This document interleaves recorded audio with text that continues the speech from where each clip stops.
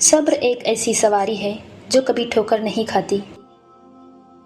شریف عالم تواضع اور عاجزی اختیار کرتا ہے، اور جب کمینہ باعلم ہو جاتا ہے تو غرور میں مبتلا ہو جاتا ہے۔ شرافت اپنی بلند ہمتی سے حاصل ہوتی ہے، نہ کہ باپ دادا پر فخر کرنے سے۔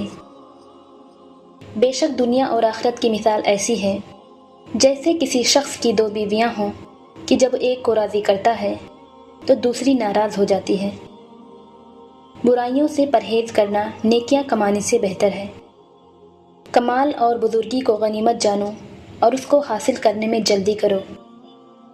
حاجت مندوں کا تمہارے پاس آنا انعامات الہیہ سے ہے، تو اس کو غنیمت جانو اور حاجت مندوں کی حاجت روائی کرتے رہو۔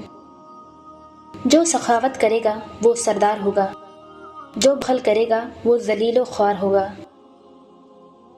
دنیا کو ایک منزل سمجھو کہ وہاں اترے اور کوچ کیے، یا وہ دولت سمجھو جو خواب میں ملے اور بیداری کے بعد کچھ ہاتھ نہ آئے۔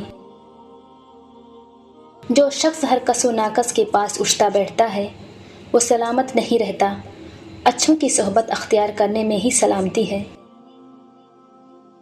جو بنیاد کبھی ویران نہ ہو عدل ہے، تلخی جس کا آخر شیریں ہو صبر ہے، اور وہ شیریں جس کا آخری تلخ ہو شہوت ہے، اور وہ بلا جس سے لوگوں کو بھاگنا چاہیے وہ عیش ہے۔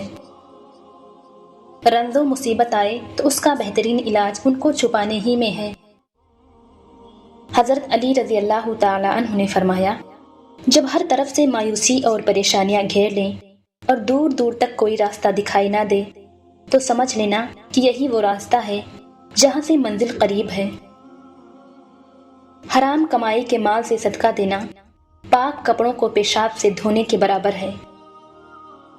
حضرت علی رضی اللہ تعالی عنہ نے فرمایا، کبھی اس کو نظر انداز نہ کرو جو تمہاری پرواہ کرتا ہے، ورنہ کسی دن تمہیں احساس ہوگا کہ پتھر جمع کرتے کرتے تم نے ہیرا گنوا دیا۔